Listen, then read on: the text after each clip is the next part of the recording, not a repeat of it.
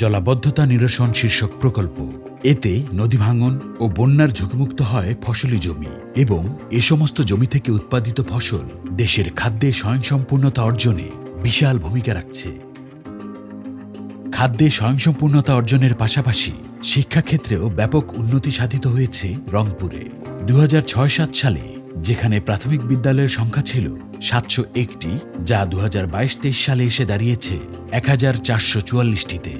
Marine academy, textile institute, nursing institute সহ অসংখ্য school college নির্মাণ ও সংস্কারের মাধ্যমে শিক্ষার হার বেড়ে দাঁড়িয়েছে 70.3%, যা 2006-07 সালে ছিল মাত্র 40%-এর নিচে। আমাদের মাননীয় প্রধানমন্ত্রী জননেত্রী শেখ হাসিনা ক্ষমতায় আসার পরে অন্যান্য সেক্টরে তো ব্যাপক সাফল্য অর্জিত হয়েছে, পাশাপাশি টেক্সটাইল সেক্টরও ব্যাপক উন্নতি সাধিত হয়েছে। আমাদের যে পুরাতন টেক্সটাইল ইনস্টিটিউট ছিল তার এখন নতুন নতুন অনেক textile institute, textile engineering college স্থাপিত হয়েছে। তার মধ্যে রংপুর টেক্সটাইল ইনস্টিটিউট 2016 সালে তৈরি হয় এবং এখান থেকে যে সমস্ত ছাত্রছাত্রী অধ্যাপতি বের হচ্ছে তারা কেউ বেকার নেই। রংপুর জেলার সাধারণ মানুষদের স্বাস্থ্যসেবা প্রদানের লক্ষ্যে আওয়ামী লীগ সরকার বাস্তবায়ন করেছে নানাবিধ উদ্যোগ। আওয়ামী লীগ সরকার ক্ষমতায় আসার পর উত্তরবঙ্গের স্বাস্থ্যসেবায় মনোনিবেশ করেন এবং প্রথমেই 2010 সালে এই রংপুর মেডিকেল কলেজ হাসপাতালকে 500 শয্যা থেকে 1000 শয্যায় উন্নীত করেন।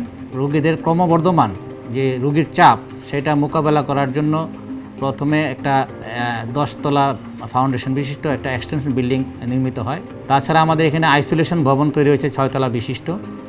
এখানে ডেন্টাল ভবন তৈরি হয়েছে 6 তলা বিশিষ্ট।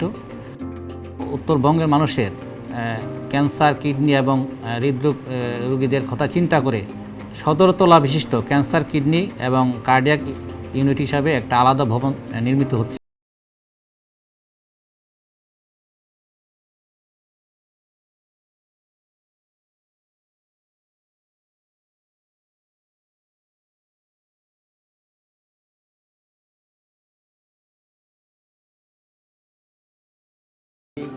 এলাকায় অনেক উন্নতি হয়েছে, আমরা আবার সুবিধা মতন করতে পারছি এবং ব্রিজটা সহজভাবে পার হইতে পারতেছি।